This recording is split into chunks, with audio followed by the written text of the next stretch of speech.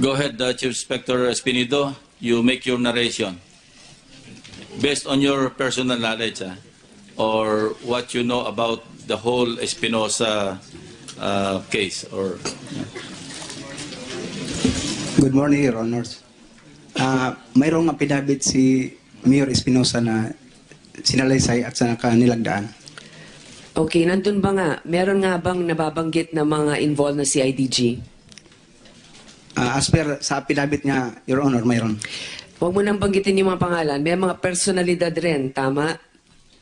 Yes, na mga Your Honor. kilala na Meron, Your Honor. nandun. Okay. Okay. So yun lang, tapos na raw ang aking oras. Maraming salamat po, Mr. Chair. Yeah, please proceed. Before I recognize Senator Recto, please proceed with your narration. Nasain ako ng Albuera, Your Honors. Nag-assume ako is 18 of July. So nag-umpisa ako doon pag Monday yun. Pagkatapos, doon kaagad tinawagan ko si Mayor Espinosa. Dahil ang purpose na nandyan ako para sa groups ni Espinosa. Sinabihan ko siya na Clarify mo, July 18, 2016. 2016, Your Honor. Okay, proceed. Okay. So tinawagan ko siya, sinabihan ko na punta ka rito para matulungan ka sa problema na nasa sayo ngayon. So, ang response niya is, bakit ako magpunta sa iyo na ako ang mayor dito? So sinabihan ko siya, ang pag-alam ko sa Espinosa, hindi mayor, drug lord, kasi noon naman yon. So ang ginawa niya, hindi lang talaga siya magpunta. Sinabihan ko siya, bigyan kita ng timeline hanggang Friday. Kung hindi ka magpunta dito, so hindi ka na matulungan kung sa problema mo ngayon. So sa nangyari, ma'am, nung Friday, nalaman ko na lang na pumunta siya dito sa Camp Crame. Ang sabi daw na mag-surrender kay CPNP, kay Sir Bato. So nung mangyari yon, nakita ko na lang din sa TV na nag-surrender siya. Ang sabi niya na natatakot nga raw siya, si Espinido lang natatakot na daw siya kay Espinido. So, sa lahat-lahat, ma'am, nagtawag na si PNP sa akin na nagsabi na, okay, si Mayor Espinosa, magpunta dyan para mag-surrender. Maraming sabi sa inyo, so tulungan mo. Bigyan mo ng security siya para makasiguro tayo. So, yun naman sa atin, ma'am, pag naghintay lang ako sa kanya, August 24, nandoon na siya nagpunta. No? Dala yung application niya sa protective custody niya.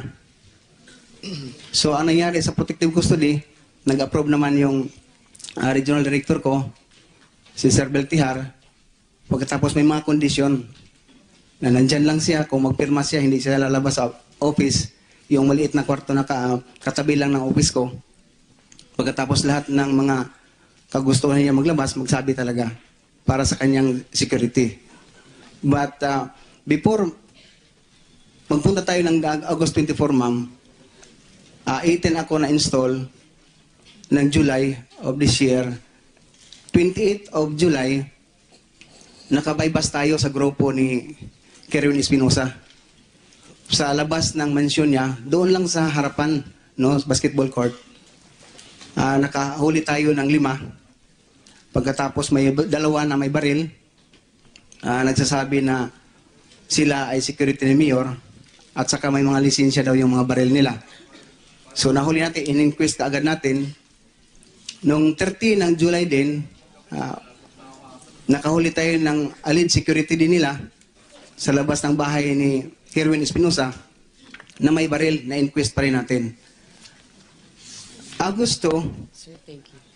naka-encounter kami doon sa area, ma'am, ng 6 na namatay. May mga baril, naka-recover tayo ng 13 mga long firearms, assorted, may short, at saka may mga rifle grenade.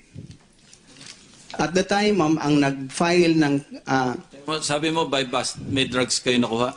yes, Your Honor. Ilang kilo? Bawat sa kanya, kasi in position, may 70, may 80, may 40. Total? Mga 300 to 400 grams, Your Honors. So, nung nandoon tayo sa encountered, naka-confiscate tayo ng 13 na mga assorted firearms sa area. Doon sa labas na ng bahay ni Mayor Espinosa, yung dalawa na namatay, may sa labas ng bahay ni Kerwin Espinosa at saka yung isang bahay ni Kerwin din na malapit lang. Fast forward, we're more interested in your investigation Exactly, on the of affidavit. Mayor Espinosa. Ikaw ba yung nag-imbestiga? Yung investigator ko, Your Honor. Hindi, sa office mo. Sa office ng Chief of Police, hindi ba? Yes, Your Honor. Okay, proceed. Okay. Nung Your Honor, nung magpunta na si Mayor, sabi din niya na sabi siya ng totoo, magtulong siya na talagang together with his protective custody request kasi ang alam niya na kung ako magsabi ngayon, delikado na ako sa isasabi ko. So tinanggap natin 'yon with the permission also sa regional director ko. Nung sinalaysay na niya ang lahat, sa harap mismo ng investigator ko na barrister din, Your Honor, nagsasabi na siya na mayroon akong pink book, mayroon akong listahan daw book. So, pink man ang color, kaya sinabi natin ng code ng pink book, Your Honor. So, gano'n na, nakita ko naman, so sabi ko sa kanya, una, sigurado ka, alam mo yung sino itong nasa lista mo.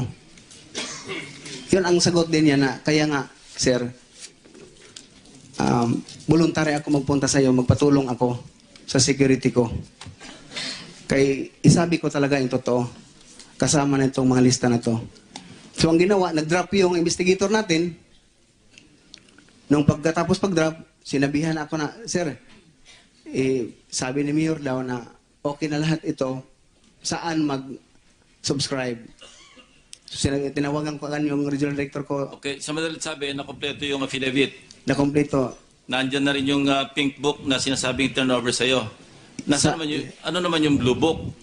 Yung Blue Book, sir, 17 ng August, ng September, nagsabi, yung may text message sa akin, sir, na nagsabi na, sir, nakonsensya na ako, hindi na ako sa grupo ni Kerwin Espinosa, pero lahat ng mga documents, kasi ako ang accountant, treasurer secretary, Sino yun? Nilibing ko. Anong pangalan nun? si Rebecca, Your Honor, Bibit ang pangalan. Bibet. Yes, Your Honor. Babae, lalaki. Babae, Berbika, ano na nga yun? Jano, Giano. ang apelido. Berbika, Giano. Yun ang parang secretary, accountant ni Kerwin o ni Mayor? Sa kanila lahat, Sa kanila. Your Honor. So, dalawa na yung libro ngayon. Yung Yes. blue kay Berbika, yung pink kay Mayor. Ano yung hawak ni Kerwin? May iba daw kay Kirwin. Kasi ang nangyari, Your Honor, Nakita mo ba yung laman ng dalawang notebooks? nakikita, Your Honor, simple. Pareho. Pareho ang contents. Hindi magkaparehas, Your Honor, kasi mayroon na sa kay Mayor yung pink book, may iba din sa blue book. Nakasama na yung check-in na nakuha namin. Na kanino yung dalawang notebooks na yun ngayon? Sino may possession? Yung property custodian ko na investigator, Your Honor. Did you mind yung chain of custody nito? Hanggang ngayon, preserve yan yung chain of custody ng dalawang notebooks na yan? Opo, Your Honor. Did you make the mayor sign each and every page Yes, Your Honor. of which book? Yes, Your Honor. Which one? Lahat ng yung pink Yung book. dalawang libro, pinapirma mo kada page. Di ang nangyari, Your Honor, yung pink book lang sa kanya, yung talaga ang pinirmahan niya sa harapan mismo ng prosecutors nung Okay, file. anyway. So yung lumabas na affidavit ni Mayor, yun na yun, patungkol do sa libro o yung book na nakita mo. Yes, May Your Honor. kopya ka ba ng affidavit ni Mayor? Mayroon, Your Honor. Meron kang dala? Meron ka ring reproduction ng kopya ng pink book at saka yung blue book. Yes, Your Honor. Can you more or less attest na yung contents noong, yung laman noong pink book at saka yung blue book talagang nagsimula doon sa pinagkuhanan nung tinurn over sa'yo? I understand the other book, the blue book, Dinag-up ito, di ba? Yes, Your Honor. Tinukay. Tinuro ni Bibet. Bibit, yes, Your Honor. Okay, sir, please continue. So nung makita na nag-text si Bibit na mayroon na konsensya siya, so sinamahan kami pagkatapos na-identify na namin siya kasi na-convince namin na kung totoo yan, magsabi ka ng totoong pangalan mo, puntahan natin kung saan mo nilibing yung documents. So, nung hinukay ninyo, bukod doon sa Blue Book, ano pa yung nakuha nyo doon sa pinaghukayan? Kasama kasi binalot yun, Your Honor, ang mga cheque at saka ibang mga receipt ng deposit. Ilang check yun? 100 plus, Your Honor, Nasa inyo rin possession yan? sa investigator natin, Your Honor. Nasa investigator. So, never mind. Kung 100 yan, to go through the names, masyadong mahaba. No? Please continue your narration. So, nung magpunta kami sa kuan pa sa prosecutors para masubscribe yung kay Mayor mga sinabi sa Laysay, before siya nag-sign sa harapan, pinakausap siya ng provincial prosecutors natin sa mga abogado para sila lang privately. Kung totoo talaga na kagustuhan niya, hindi siya pinilit. So, we have documentation for that, Your Honor, mga video at saka picture. Ano-anong klaseng personalidad ang nakita mo doon sa notebook? May police, ano pa? Marami, Your Honor, mga politicians. Are you at liberty to divulge before this committee the names of those politicians, of those personalities for that matter? We would like to ask my regional director, Your Honor. Ilang magsabi ako dito. Yeah. Chief Superintendent Elmer, payagan mo ba itong Chief of Police mo? Good morning, Your Honor, Yeah. Mr. Chair. Sir, we had an agreement with the GPNP then that we will just divulge the name of said personalities after the filing of cases against Ang them. problema, it's all over the papers eh. Yes, sir. Kaya sir ako nagulat. So, yes, sir. Yung, Yeah, Senator but De Lima, in- please. Yeah. If previously announced already, because certain media items have already identified Yeah, it's better that certain names. it come from I you. don't di ba? mind Yeah. that you disclose it because I know that it's my name is in the #1 list if we are to believe the announcement of Secretary And- Aguirre. Yeah, and if you can qualify based on your interview kay Mayor Espinosa, kung siyempre tatanungin mo, nakita mo pangalan ni Senator De Lima, o paano nangyari, ba't nandiyan Senator De Lima, kakilala mo ba siya? Nakita na ba kayo? Paano yung ba't nasama ang pangalan? Magkano ba ang napunta? Yung mga ganong information, natural lamang kasi investigador ka rin naman, di ba, dati? Yes, Your Honor. Tatanungin mo yan. Kung hindi ako bibilib sa'yo. So, go ahead. With the permission of Senator De Lima, you may proceed. So far, Your Honor, yung mga direct participation talaga na masasabi ni Mayor na siya ang nagbigay according sa laysay niya, pinailan kagad natin ang kaso. So yung affidavit ni Mayor na kasama natin sa mga kaso from Regional Internal Affairs Service, yung sa Ombudsman at saka sa DOJ, may National Internal Affairs Service. So totoo yun, Your Honor, ang sa atin naman na nung pagtanong natin, kasi hindi din maganda, Your Honor, sa side ko na malaman namin kung magsabi ka lang ng ganun, diretso na kagad. So may mga circumstances din, Your Honor, na kinoconsidered natin. No, para talagang makapatotoo ba, Meaning, makonvince. binalidate ninyo. Yes, Your May Honor. validation effort kayo, di ba? Yes, Your Honor. So, ano yung effort nyo to validate the names on the list? Nung nangyari, Your Honor, nagsabi si Mayor, nandyan yung anak niya, sila, mga 4 na anak niya, at saka yung common law wife niya. Pagsabi ko kay Mayor na gano'n, paano mo na nalalaman at nakikita na si Ma'am De Lima nakita kayo sa Bornholm, sa Baguio? Hindi lang siya nagsagot. Nagsagot din yung mga anak niya. Kami man doon, family, sir, nagpunta. Yan, paano? Bakit napunta sa Burnham? Yung sabi ba, Your Honor, na nagkita sila na according sa salaysay ni Mayor, before siya nagpirma, yun ang tinanong ko nga. Before magpirma ng affidavit? Yes. Okay. Ano sabi niya? Bakit? So sabi niya na first time na nagkita sila ni Ma'am personal, na sila ni Kerwin nag-usap, yung anak din niya, yung lalaki na si Kevin, nagsabi din na kami nagsama, sir, doon pinicturean pa, may picture kami. So yun ang validation natin na nagsama sila ng Espinosa family, ni Mayor Espinosa doon. May picture sila. So yun ang validation natin, sir. So, alam mo yung picture, maraming ibig sabihin nun eh. Kasi kami, sanay na sanay kami, lalakad lang kami dyan, may magpapapicture. Hindi kaya gano'n na nangyari kay Senator De Lima na nakita sila sa Burnham, nagkataong nasa Baguio si Senator De Lima, nagpa-picture ngayon sina Kerwin. So sa ganoon din, sir, ang Go ahead. sagot, sir, hindi kami nag-rely sa picture. Ang sabi ko nga sa mga kasama sa pamilya na nagsabi mismo na sila nakakita na may nag-usap sila ni Kerwin more than 15 to 20 minutes, more than 20 minutes. So ganoon, sir, ba? Sila nag-convince na talagang marinig nila si Kerwin na nagsabi na nagbigay na. May binigay kay ma'am na hindi lang sa ganoon na Magkano raw yung binigay? sa affidavit lang ni Mayor Espinosa, ni Kevin yung anak, siya ang salaysay na ngayon, 8 million ang binigay nung first magkita sila. Sa Burnham? Excuse me. Yes, Senator De Lima. Kevin Kerwin. Roland Kevin, ma'am. Si Kerwin is Roland Kerwin.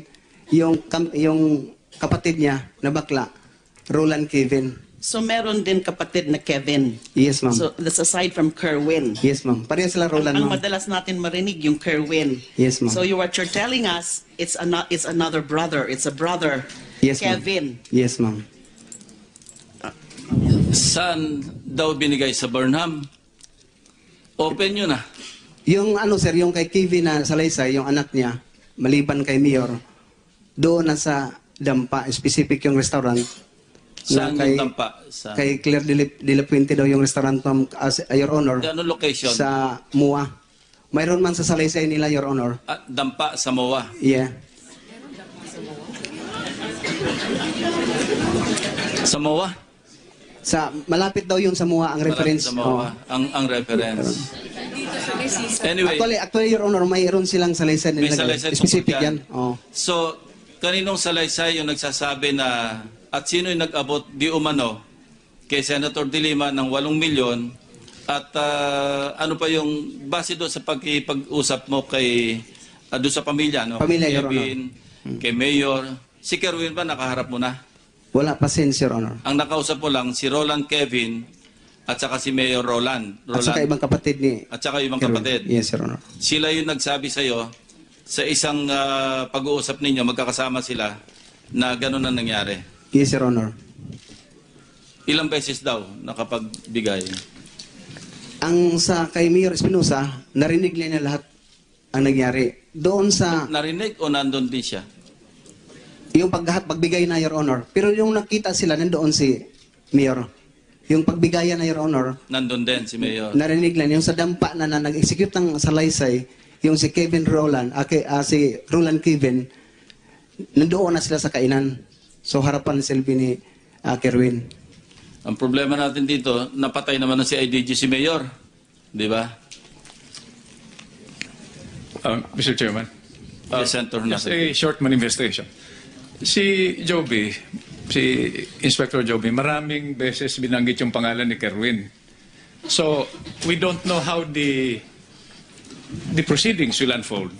But prospectively, and this is not really a motion, wala pa ho sa bansa, Mr. Chairman, si Kerwin. Pagdating po rito, I would like to request the committee to consider placing Kerwin under the protective custody of either the CPNP or ISAP. Dahil marami na hong nababanggit na pangalan ng pulis, mga politiko. Now, if Kerwin dies under the custody of the CPNP, I'm not really looking forward to additional hearings. No? If he dies, we have a problem.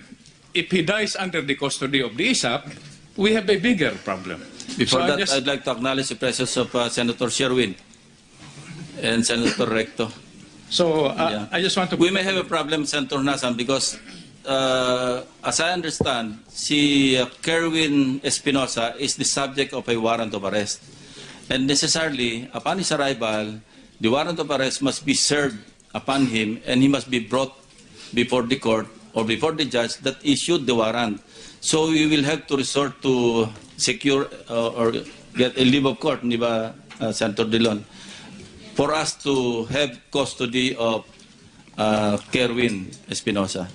Mr. Chairman, just to add to that, this is just proactively a concern, no? Because historically, if you look at the pattern, those who are placed under protective custody have this interesting habit of dying inside their in custody, no? So I'm just looking at this from the point of view of the ongoing investigation in aid of legislation related to me. Yeah. I just put that on the table. Mr. Thank you, Chair. Senator Nasan. We'll have to tackle that when Kerwin Espinosa arrives in the country. Mr. Chair, just briefly, I would like to request this committee, if you have subsequent hearings, only if you do, to please call the media witness from GMA during the raid, and also Mr. Palermo, the one who witnessed or heard about the shooting. Thank you. Noted, Senator Po. Next in line is Senator. Are you through with your narration? How about the other personalities? In fairness to Senator De Lima, why don't you inform the committee, sino pa yung mga ibang personalities na nandun? According sa sinalaysay ni Mayor Espinosa, Your Honor, yun na, sabi ko na ang dami. Kung gusto na lang ninyo, Your Honor, but before, we would like to inform you na na-file na natin yung kaso.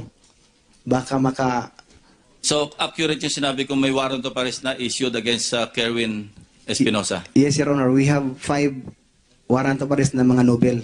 No bail. Sa dalawa, sa both mag-ama, Your Honor. Patay na yung isa eh.